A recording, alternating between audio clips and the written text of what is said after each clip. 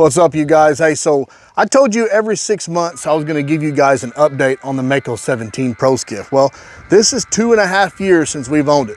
So through the video, we're just going to kind of go over the inside, the outside, the motor, the fuel intake, let you know how she's handled over this 2.5 years.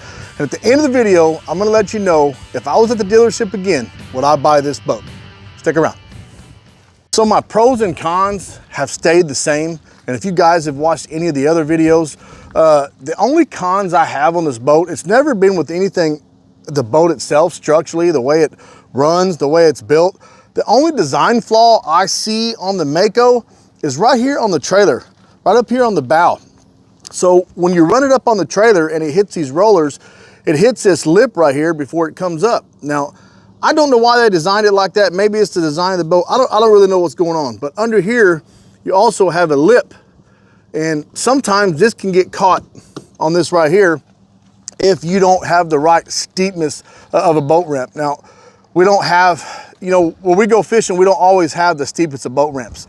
We have a lot of little ramps around here we like to go in. So sometimes it works okay and sometimes it wants to hang up on it. Doesn't cause any structural damage, doesn't hurt anything. It's just kind of pain in the butt because it gets hooked right there and you got to either back it up further or you got to kind of get out and move it around. That's not a negative for me. We've pretty much nipped that in the bud and now we know what to do to keep that from happening. So the best thing you can do, the steeper the ramp, the better it works. But like I said, we don't have a whole lot of steep ramps. I'm not a fan of steep ramps, so you know, it is what it is. But believe it or not, that is the only con that I have on this boat. Now I'm gonna go over the pros with you. I'm gonna go over the stuff that I like, okay? These are all my opinions. They may not work with you. You may have your own opinions. So we're gonna start from the front to the back. I'll get up in the boat. At the end, we'll talk about the motor, the fuel mileage. And again, I'm gonna let you know if I'd buy the boat again. So if you start up here, very simple. It's a typical galvanized trailer. You know, you got some rust right here on your jack handle right here. That's typical. That's not a big deal. Squirt some oil on there, some WD-40. This should work just fine. Have no problems with the hitch, no problems with the wiring. The only problem I had with the wiring, if you want to call it a problem, this coating that comes from the factory, it started to deteriorate. So when that happened, I just pole board it, wrap some black tape around it. We're good to go. Not a big deal to me. The crank works just fine. Ain't had no problems with it. Again, it's just a typical galvanized trailer. Now we step up on it right here to reach over and open this up. And as you can see, there's no rust. So she's doing a good job. That's with any galvanized trailers. As long as you don't scratch them or gouge them, they're not gonna rust. If you hear me breathing hard, it's because it's hot, okay? So this is the plastic fender. I'm 275 pounds. I can jump up and down on this fender. She's stout, so that ain't going nowhere. Typical galvanized rims. Now y'all have heard me say this. These did not come with the trailer when you buy them. Depending on where you buy them, you may have a package set up and they already have some of these on here, but 90% of them come without your rails, your guide rails. The only rust on this trailer, and it's not even on this trailer, is on this guide rail attachment. It's starting to rust a little bit. And if that goes bad, just take them off, replace them. All right, come right here. You got your typical little grab rail back here and your step. I did my salterizing, took the nuts off, pulled it out, sprayed some rust inhibitor in there, put it back on to keep anything from rusting or corroding. The step right here, it's got stainless steel hardware. I usually salterize my stuff, but I didn't want to pull it off because it is screwed into the boat. So if it ain't broke, don't fix it. All right, so we come over here, we check out our tilt trim motor. Like you guys, I've told you in the other videos, I just spray that with LPS 3. And all I do is simply take the can and I hold it on the top of it about that far away, spray it and let it just it's like a milky, creamy color, like a wax base. It'll just coat the whole thing. I'm gonna tell you right now, I would rather have that wax-based coated with some different color material on there than to replace that tilt trim motor. 5 years ago, I looked at one for my LTS. I was gonna replace it, didn't have to because I started spraying some stuff on there, but they were $500 in. Don't know what they are now, but I can guarantee you they're probably more. Everything's gone up. So if having a little bit of that liquid on there is gonna bother you, well then get ready to pull out that old wallet and pay some money. I'm here, all your hardware for your towing, or you can put your transom straps into your trailer. You have brackets here that comes with straps. I don't use them. We don't go very far down the road, so you know, I don't use them. If we're going a long ways fishing, which is hardly ever, oh, good shot. I put those on there to keep the transom from bouncing up and down. Come around this side, you have no rust anywhere. I'll go over this with you like I always do. So right here on your steering tube, I told you guys, if you ever have issues with your steering tube getting tight and it don't want to turn, very simple fix. All you gotta do is take this nut off, pull that arm, unscrew this, okay? We'll simply walk right over here, unscrew this, pull this worm gear. I call it worm gear, that's what we always called it growing up, steering gear. It'll pull it all the way out. Now, this transom has a cutout, so you can't pull this all the way out, unfortunately, on this boat because the transom is lower than the back of the boat right here. So you pull it out as far as you can, go on the other side, shove it with some grease and some rust inhibitor, put it all back together, and I guarantee you, she will work like a champ. The grease zert that's on here, I've said it before and I'll say it again, the grease zert you pump on here will go directly to your hinge points. It won't do anything for your steering, for your worm gear, as I call it. So that's a good way to keep it from freezing up on you. I had it happen one time, thinking like the first 6 months I had it, it was freezing up because from the factory, they don't put a whole lot in there. Not a big deal. So come around over here. Like I said, I'll get up in the boat and show you some more, but you can see everything on here, all the hardware. There's really no rust anywhere at all. You can see right here on your cleats, there's no rust. Right here on the rod holders I put in, of course, again, like I said, I salterize everything. Everything in here, I get in here and rust inhibit. That way, nothing will rust. The springs under the trailer, they got a little bit of surface rust on them. I mean, what do you expect? You're backing into salt water. The axle, not a bit of rust on it. Typical galvanized axle. Now, I have watched some people on some reviews saying they've had issues with their axles bending. Maybe they're kind of weak. I don't know where they're driving, what the driving conditions are. And we've had this boat loaded down, no bullshit, with fish, ice. It's heavy in here. And you know, they'll kind of, your tires will kind of flare a little bit, but I don't hit any harsh bumps. I don't do anything that'll really shock load it. So I haven't had any issues with this axle. So like I said, this is all the outside of the boat. She looks great. I'm sure the video is showing she looks great. I just sprayed it off. Now that's one thing I do want to say too. When you come up from fishing, rinsing this boat out is so easy. It's so simple. I mean, the texture it has in here, it will hold every now and then if you get fish blood or something like that, blood from cut bait or even shrimp you're using, it will kind of hold in these grooves a little bit. But you spray it down with water every now and then. I'll put a 50% mix of water and bleach, spray it on there for a few minutes, eats it right out, and spray it off. I don't recommend putting a whole lot of bleach on your fabric for your cushions and stuff. Everybody knows bleach will tear them up, but you can put a light coat, like maybe, I don't know, like a 20% mix of bleach and wash it off pretty quick. But anyway, that's the outside of the boat. So I'm gonna climb my fat ass inside the boat. We're gonna kind of go over everything inside the boat. So you've got two compartments in the front. You've got what they call an anchor compartment and you've got your main compartment. Now I'm gonna tell you right now, you're not gonna fit an anchor in this compartment. Come over here, let's show them. You're not gonna fit an anchor in this compartment, okay? You're just not gonna do it. Not with the anchors we use. I'm old school, I still use an anchor in my little poor man power pole I'll show you in a minute. But anyway, not gonna fit an anchor in there. But I do throw my emergency gear in there, first aid kit and stuff like that. So that all goes in there. It's also the access to your bow lug and your power that goes up here to the front for your lights. Now, real quick before I open this, go back and show them right here. There's literally no flex on this hatch, okay? I'm 275 pounds, I'll say it again. My son, he's almost 260 pounds, and I've had my other buddy, he weighs as much as I do, watching maybe a little more. But we can all stand on this at the same time. It doesn't flex, it doesn't give, doesn't crack. And again, it's 2.5 years. I do put it under a carport. I keep it out of the sun. Sun is a boat's worst enemy, sun and salt. So if you can keep it out of the sun and keep as much salt out of it as you can, it's gonna last a long time. Here's my number one thing that I loved about this boat. The number one thing, the reason I bought this boat. It's a 17-foot boat. You don't have a whole lot of room for storage. You don't have a whole lot of room to put anything up anywhere. When you got this, it's awesome.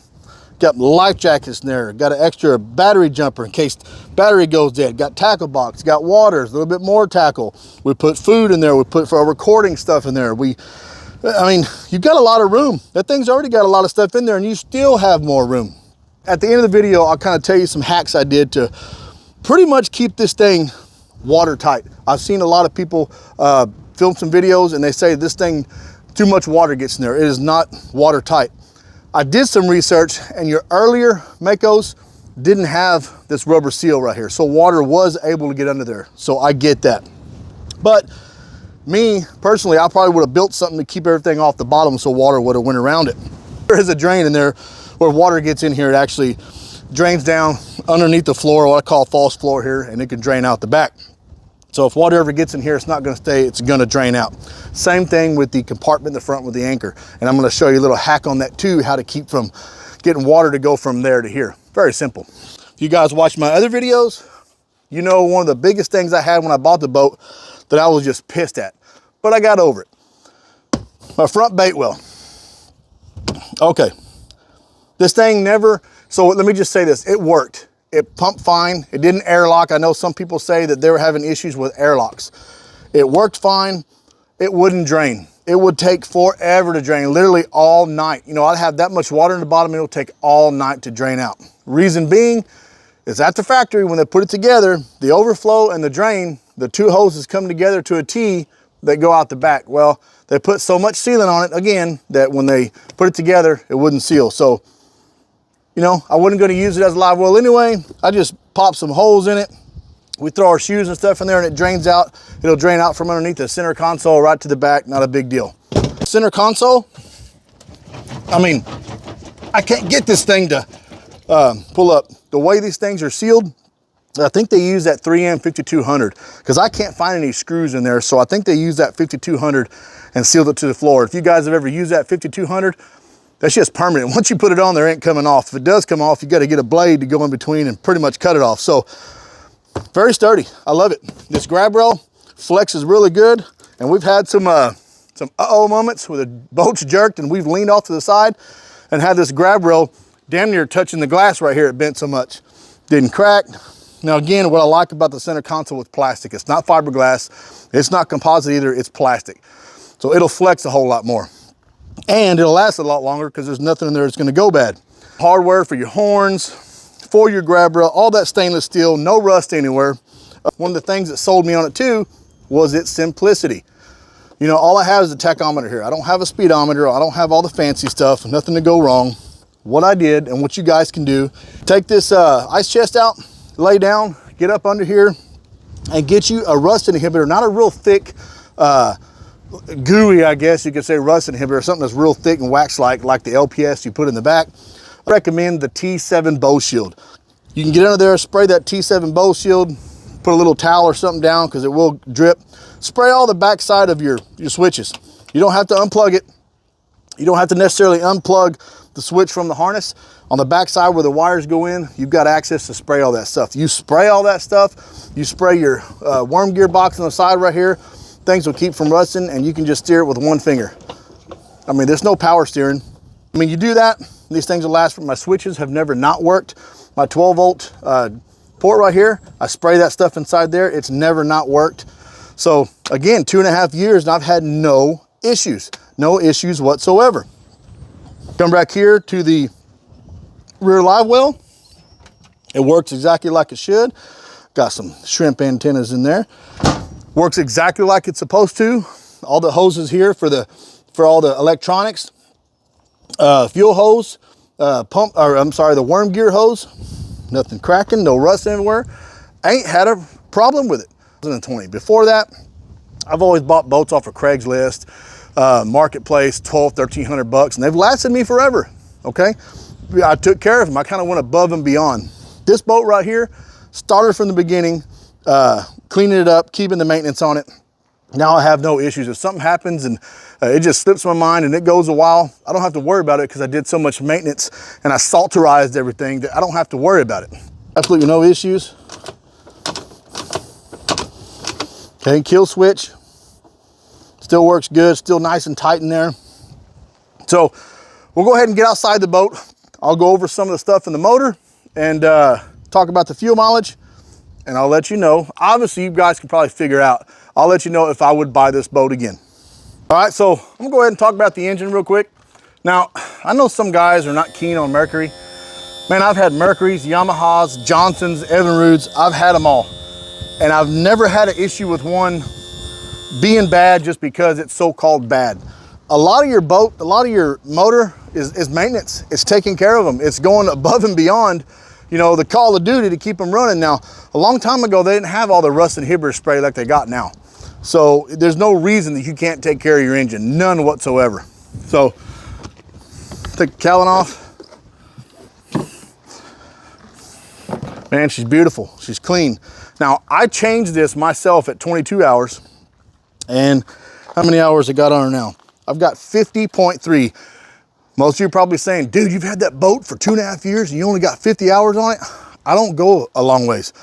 When we launch at the boat ramp, at the far boat ramp we call it, it's 10 miles there, 10 miles back. It takes about, I don't know, about 15, 20 minutes running. Wouldn't you say, bub? About 15, 20 minutes. And that's with 2 people in there. If I put 3 people in there, it takes a little longer, obviously, because of the weight. I've had as many as 4 people in here. And she runs great. But anyway, I mean, you can see how clean she is. What I do is I get the T7 bow shield and I go around and I spray it. It's a real thin spray. You just spray over everything. It's safe for electronics. It won't mess anything up and it'll keep this thing looking spectacular. This past year, I haven't been able to fish as much as I want to. It's been pretty hot. A couple years ago, man, I fell out in the heat. I got heat exhaustion and I just can't be out in the heat that much anymore. There's a few things that don't go together. Me in heat, Biden in the elementary, Pelosi in a beauty contest, and Kamala Harris in anything. I always talk about being old school. I like putting the muffs on there, running the engine to clean out everything. But this thing's actually got a pretty cool little setup. You screw this in the back, right at your pisser right here, what I call a pisser. So you screw that in there. The other end's on the hose. It's a quick connect. You snap it in there, let it run for about 10 minutes or so, cleans out your engine. It's actually easier and a whole lot less water than if you run the muffs, but I still kind of like to run the muffs a lot. All right, let's talk fuel consumption. Now, when you buy the boat, depending on where you buy it, standard is gonna come with 1 6-gallon tank, okay? I went ahead and bought another one. We can run, where I told you from the far ramp, we can run 10 miles there, 10 miles back, a little bit of putting in between, and I'll still have about 1/4 of a tank left. Now, if I've got a full boat load, 3 or 4 people, yeah, sometimes I may have to spit over into the other tank, you know, suck off of that to get back. It's only happened once, but we did a lot of running around. Whew, it's hot out here. So other than that, fuel consumption has been awesome. And what I said it before and I'll say it again, I like the tanks that I can pull out. I had a Mako 18 LTS, absolutely loved that boat. That's what got me turned on to Makos. I'm a firm believer in them.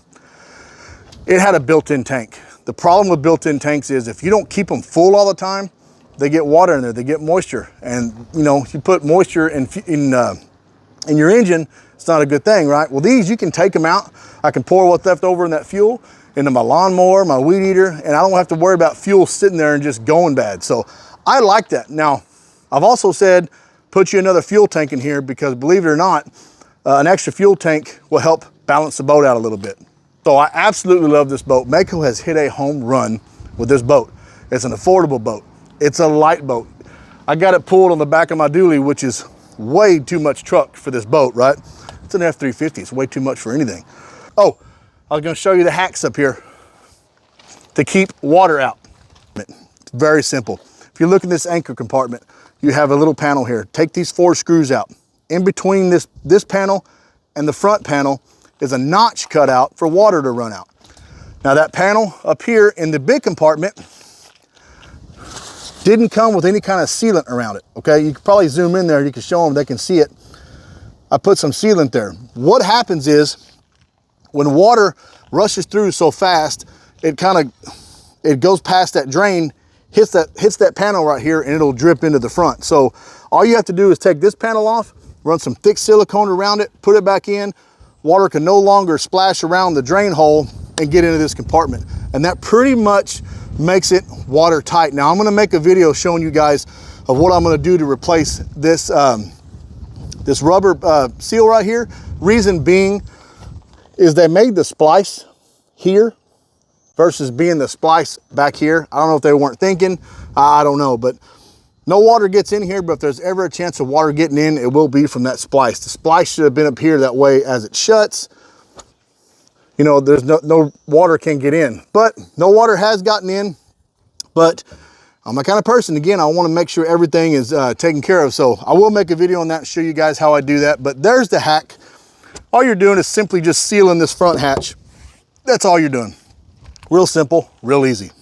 So there's my 2.5 year review on the Mako 17 Pro Skiff. Again, I've had no issues with it. Now, to answer the question, I'm sure you guys have figured it out already.